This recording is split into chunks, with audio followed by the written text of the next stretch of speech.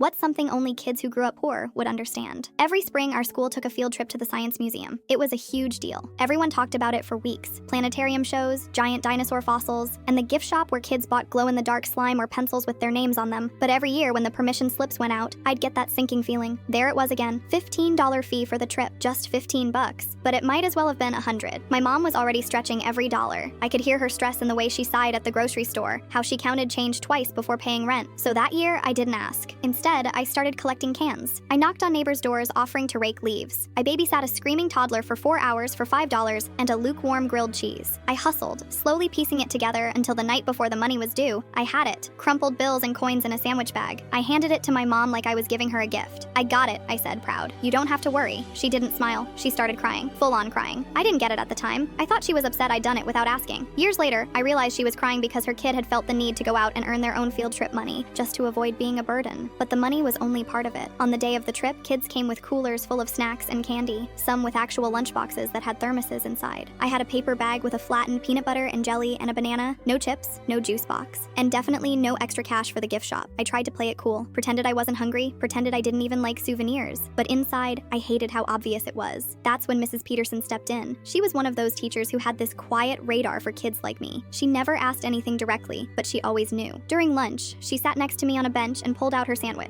"You want half?" she said casually. I can never finish the whole thing. I knew she could. She ate a whole sandwich every day in class, but I nodded and took it. No hesitation. I was starving. She didn't make it a big thing, just handed it to me, smiled, and moved on. Later, while the rest of the class swarmed the gift shop, I wandered near the exit, pretending to check out some rock display. One of the boys asked, "Why don't you ever buy anything?" I opened my mouth to lie, say I was saving up for a skateboard or something cool, but Mrs. Peterson cut in. "Lily's saving for something special," she said smoothly, like it was already known. Then she leaned down, pressed a folded $10 bill into my hand, and whispered, "Get something nice." I walked back into that gift shop and bought a little geode rock with purple crystals inside. I still have it, actually. It sits on my bookshelf like a quiet reminder. Years later, I became a teacher myself. Different school, same vibe. One of my students, quiet, polite, was always forgetting field trip forms. I saw the signs instantly. He had the same look I used to wear. So I pulled a Mrs. Peterson, made up a raffle, and said he won a trip scholarship. Packed an extra sandwich that day, gave him $10 for the gift shop, and said it was from the PTA. Last year, I found Mrs. Peterson on Facebook. Sent her a message telling her everything, how that one field trip stuck with me, how she made me feel seen without ever making me feel small. She replied a few hours later, "I was that kid too, Lily. We see each other. We always do." Yeah.